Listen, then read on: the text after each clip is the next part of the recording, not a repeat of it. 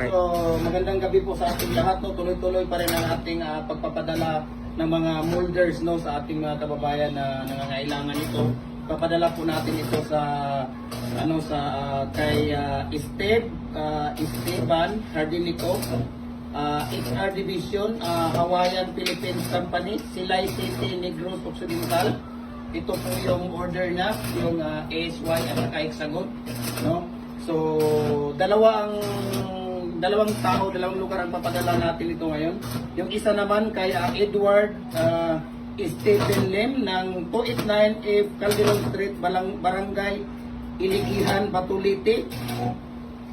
Bar at saka Y yung order niya dito. Kuya, ano ba tong ano mo? Cylinder. Cylinder. Ito yung cylinder para sa Bus ng yung daan. sa daan. Ayan. So, nandito yung focus mo ito, Mang. Focus mo ito. So, ayan, mayroon tayo. Nagko-customize tayo dito. Sa sino pang hindi like ng Facebook page natin, no? Sa Jim Hardware and Kukulamber Kanituan Branch at saka Jim Hardware and Kukulamber Balulang Branch. Follow na po kayo sa Facebook page account natin, no? Sa Felix Tan Pagikan Jr. at saka sa YouTube channel natin, Felix Tan Pagikan Jr. Ayan. Para updated kayo, no? Makakatanggap kayo ng notification pag nag-upload kami, no? Si Kuya Mimer nandito, si Kuya sa mga kasama natin dito, no? Nag-overtime sila ngayon. Tingnan niyo, alas 7 na po. Nag-overtime sila dito para lang maipahatid natin yung Flooded po sila talaga ngayon sa order. So, maraming salamat, no, sa mga followers natin, sa patuloy na nagsusuporta sa atin, sa mga nangangailangan, no? Sa mga nag-PM pa, dami ko pang hindi na-replyan. Magre-reply ako ngayong gabi pag uwi namin.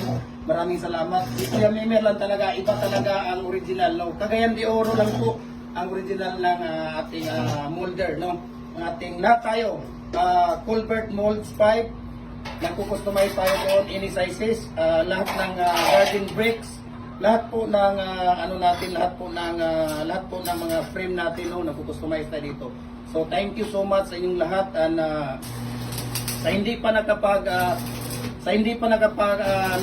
ko, ngayong gabi magre-reply ko sa inyong lahat. Yung mga nag-order pa, hindi ko na confirm ngayong gabi, ko confirm ko sa inyong lahat. Hindi ko pa rin sinabi kay Kuya Mimer kasi na-busy din ako sa na-busy lalo na bukas sa coding. Marami akong may mga dalawang trailer ako na kukulamber bukas na darating, so parang hindi ko pa masikaso lahat yan. So si Kuya Mimer nandito, anytime nandito si Kuya Mimer. Pag siya naman ang makapagsagot ng mga tawag, ibigay ko sa kanya. Kung hindi naman niya maisagot, please, wag naman kayong magalit kaagad kasi busy. Tingnan mo, hanggang ngayon, nagtatrabaho pa siya hanggang ngayon. Tingnan mo sila nagtatrabaho na ngayon. So, re-replyan, sasagutin lahat namin yung ninyo. Kung interesado talaga kayo, PM kayo sa akin. Walang problema, handa kami tumulong sa inyong lahat. Maraming salamat sa iyong suporta, and God bless us all sa ating lahat. Ayan, thank you po.